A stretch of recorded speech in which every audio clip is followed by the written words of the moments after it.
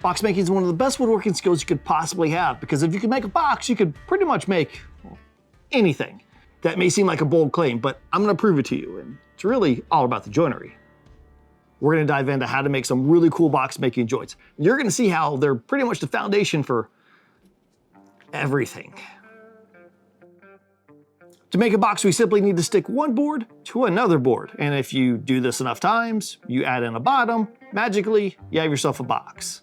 Let's focus in on the joinery that combines the boards. If we overlay a grid on top of where the boards meet, we can quickly see there are a lot of possibilities. What's really cool is many of them consist of only two types of cuts, a straight 90-degree cut and a miter cut. So let's start with the miters.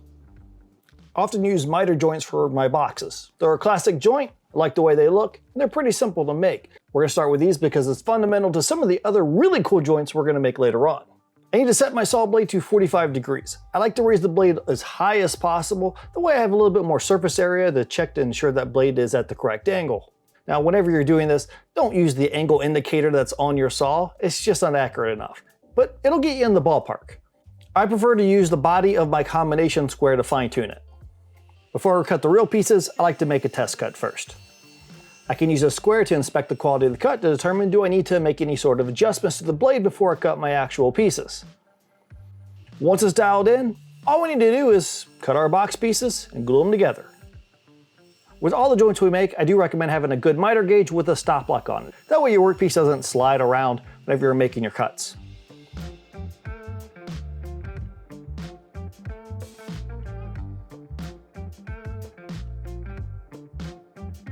So that's how you make a simple but dead accurate miter joint. Now I know a lot of that was tool setup and only a few seconds of actual cutting. However, those skills are going to be crucial for some of the joints we're going to make a little bit later on. Now for the next one, it's one of my favorites, which is the rabbet joint, or rebate if you're in lots of other parts of the world.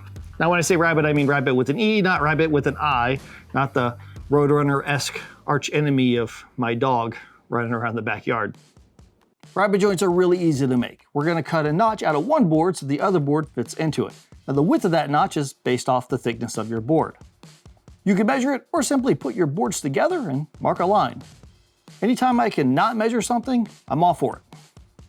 How deep you cut the notch, well, that's really up to you. I like to make mine pretty thin, that way I don't see a whole lot of ingrain when I'm looking at the side of the box. So I'm going to mark a line about 1/8 of an inch. I want my rabbet cut to be smooth and crisp. That means I'm going to use a ripping blade with a flat tooth, or I could use a dado stack.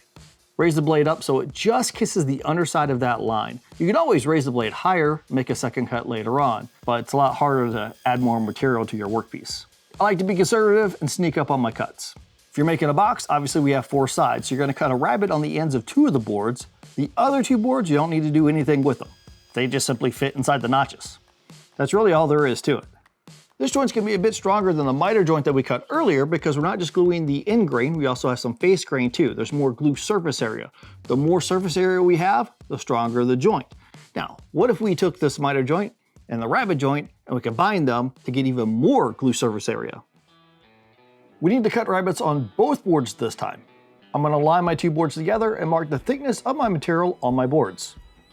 Set the combination square to half the thickness of the material and draw a line to make a rectangle.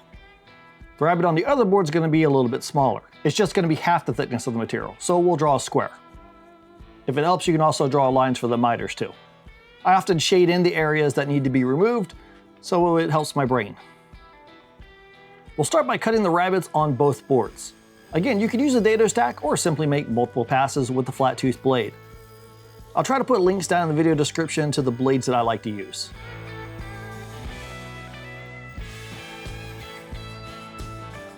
Now we got to cut the miters on the ends. I want the tooth of my blade to just kiss the inside corner of that rabbet. I usually do this with multiple cuts. That allows me to raise the blade and kind of sneak up on that corner till it's just right.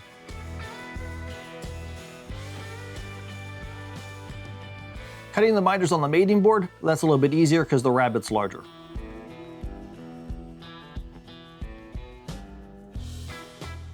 That is a good looking joint, and there's no pesky ingrain showing, plus it's a lot stronger than just a miter or a rabbet, because it's a rabbet miter, miter rabbet. Yeah. We already have the saw tilted to 45 degrees, so let's tackle a joinery technique that I really like, a spline miter joint. Or some people also call this a hidden spline miter joint. The first thing we're going to do is cut miters on the ends of both our work pieces. I'm going to tape my joint together because it's, well, easier to work with that way. Set the combination square to half the thickness of the box sides, then mark a line on each board. You can put your combination square to the point where those two lines meet and draw a line. That's going to be our cut line. Set your saw blade to whatever height you want. Just make sure you're not cutting all the way through your board, obviously. Then you're going to cut a notch right in the center of the line that we drew. So essentially, cut the line in half. We're going to put a spline inside that notch, but the grain direction is critical. If the grain's running up and down, this thing's going to easily snap in two pieces. We don't want that. Instead, you want to have the grain running side to side. All we really have to do is cut the end off one of our boards. That's the spline, that fits into the notch. This is a great opportunity to use a contrasting wood species to really show off that joint, or you can use the same wood species and keep that spline hidden.